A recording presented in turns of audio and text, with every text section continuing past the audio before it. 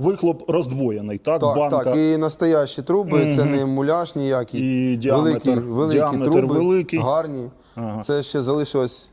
І це ерлайнівське оздоблення, оце, да? Так, так. Це особливість, яка відрізняє від звичайної комплектації. Ну, зараз там немає базових майже, є там комплектація Silver, так називаємо.